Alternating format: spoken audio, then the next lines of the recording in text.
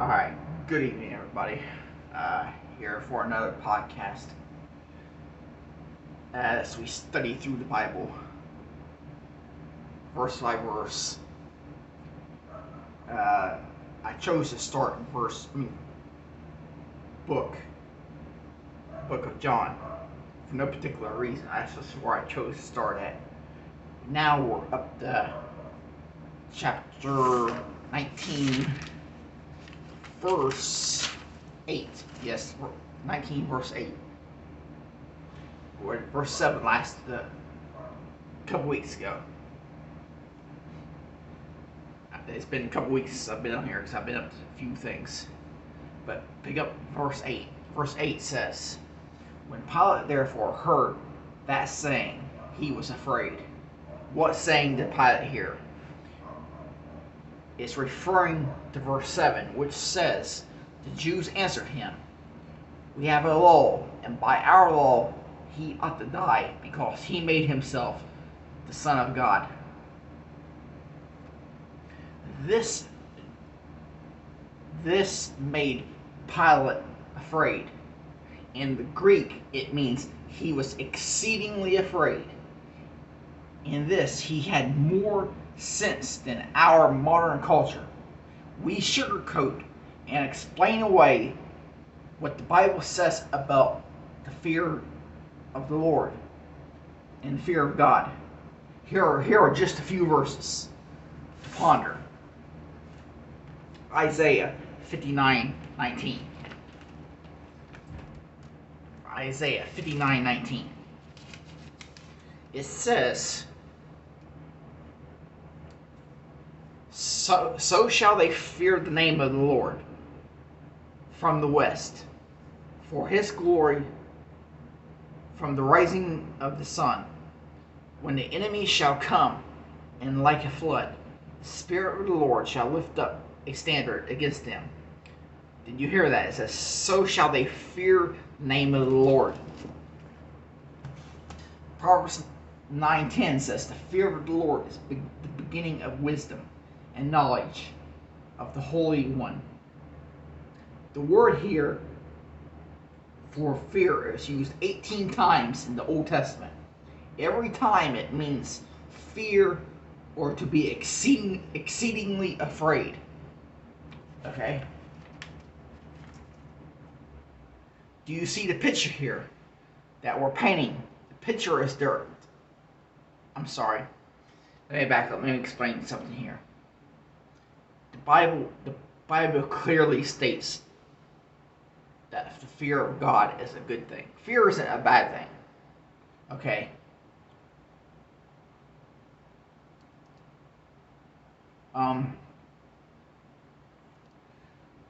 That's why I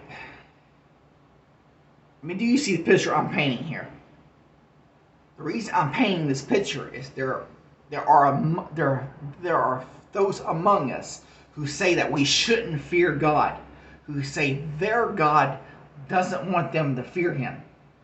Of course he doesn't. Because the God they worship isn't the God of the Bible. He's a figment of their imagination. He doesn't exist. Okay? The Bible is clear. We are to fear God. Okay? 9. It says 9. And Pilate went again into the judgment hall and said unto Jesus, Who are you? But Jesus gave him no answer. Pilate was asking who Jesus was, not because he was seeking Jesus, but because he was afraid and wanted a way out of this to save his own skin. Therefore, an answer from Jesus would have been useless, for Pilate was spiritually blind. Even though Pilate received a warning from his wife, Matthew 27:19. Matthew 27:19. Let's turn here.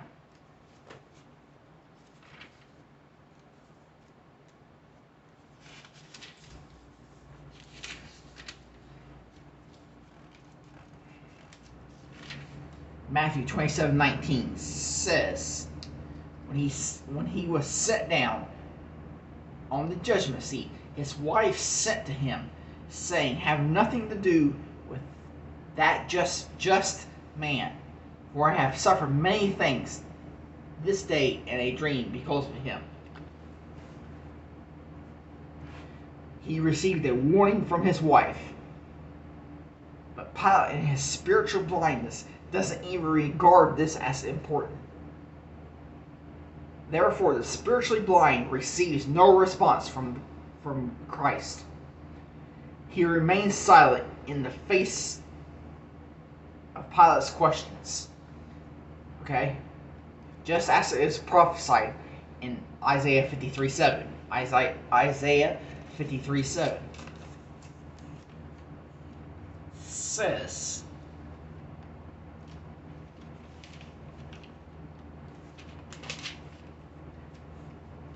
"He was oppressed, and he was afflicted, yet he opened not his mouth. He is brought as a lamb to the slaughter, as a sheep before her shearers is dumb, so he opened not his mouth." He would not speak. And there's a lot we should learn from that. But let me just move on here. 10, verse 10. Then said Pilate to him, "Do you not speak to me? Do you not know that I have the power to release you?"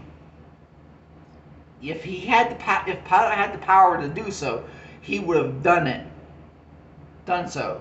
Instead of bowing to the crowd and seeking their favor. He is a man with no spine and is blind. And Jesus, as I've said, will give no reply to the spiritually blind. Jesus isn't blinded by those who only ask questions to mock and not to receive answers. He is neither fooled by the spineless clatter of church leaders who don't speak truth and are spineless like Pilate because they're worried about their Caesar, their salary, their benefits, like Pilate was, as we shall see. Okay, the pastors in the modern day, the only thing they're worried about is their salary. Their $100,000 to $200,000 salary. Okay? They don't care about nothing else. Just Caesar. Okay? They don't care about the homeless all around them. They don't care about the poor all around them. They only care about their Caesar. Okay? Verse 11. Jesus answered, You could have no power at all against me, except it were given you from above. Therefore, he that delivered me to you has the greater sin. Jesus here is pointing out Pilate would have no authority if it wasn't given to him by God. And Christ is also pointing out levels of sin. While Pilate would be guilty, those who betrayed Jesus and handed him over, i.e. Judas, the religious leaders, all would have a greater guilt. There are those of us who have greater guilt than others. Once again, through all of this, notice the sovereignty of God. Man thinks he rules, but still God overrules. Man will learn their folly one day. One day man will learn their folly, but it will be too late. It will be too late to these religious clowns, just as it was too late for these religious clowns. But anyhow, 12. From henceforth Pilate sought to release him, but the Jews cried out, saying, If you let this man go, you are not Caesar's friend. Whosoever makes himself a king speaks against Caesar.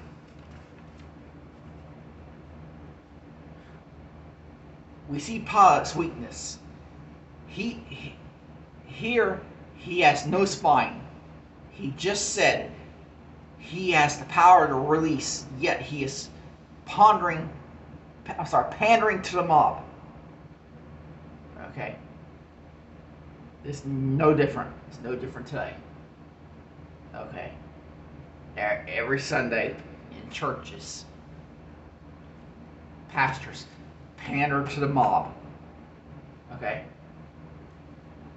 the pastors tell the mob how great they are.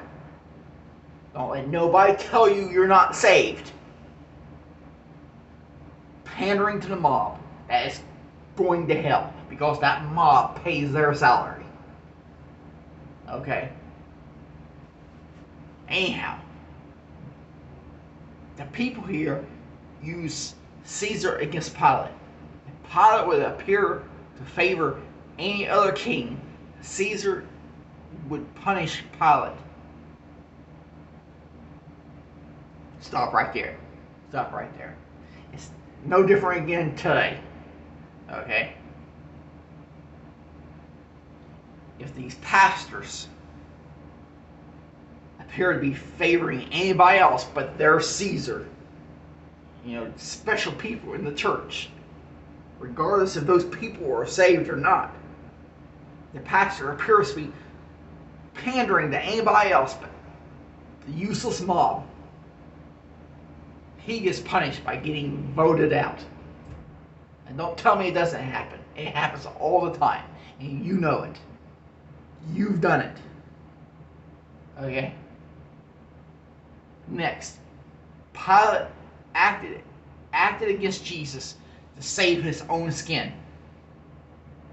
Okay, when they used Caesar against him, Pilate acted against Jesus to save his own skin. Many Christians worship Sunday. Then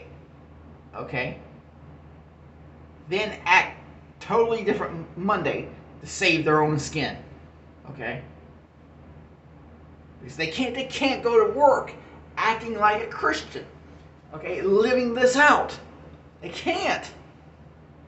Because they will lose their job. Then what will happen to their $200,000 house that they're buying?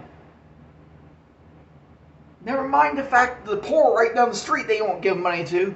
They have money to buy a $200,000 house, but they won't give money to the poor. Okay? But that's not an issue. The issue is they'll lose their $200,000 house if they go to work, living this out. Oh, sure, they'll pay lip service. Oh, I'm a Christian. Yes, I go to church every Sunday and pray. But yet they don't know the difference between Christianity and a cult. This is why they call these other cults Christian. I've seen it. You know what I'm talking about. You know what cults I'm talking about. Because they don't know this. They can't know this. Because if they know this, then they might end up living it out Monday. Then it might cost them something. You see what I'm saying? So they can't. So they have to go to Monday. They worship Sunday, then they act totally different Monday. Because they have to. They're weekend warriors who are no warriors at all. Okay? It's not hard to figure out. I see it all the time. I see how you treat people. You call yourself Christians, but yet you don't treat them like this book commands you to treat them. You're not fooling anybody. Next, 13. When Pilate therefore heard that saying, he brought Jesus forth and sat down in the judgment seat, in a place that is called the pavement, which is Hebrew. Gabbatha, I think I'm pronouncing that wrong. I don't know. Which it means a place of judgment. Okay. Yeah. Anyhow, the man with no spine is now judging. Okay. just like just like what we see every Sunday in church, in our churches across America. Men with no spine, you have in a pulpit, okay, and act like God's judge, okay, telling people who are lost that they're not lost. It's clear they're lost by their actions. But it don't matter because the man with no spine is saying that they're not lost. The man with no spine is judging, just like here. The man with no spine is now judging Christ, the creator of the world. Okay? Think about that. I'm going to end right here. Good night. God bless you. See you next weekend.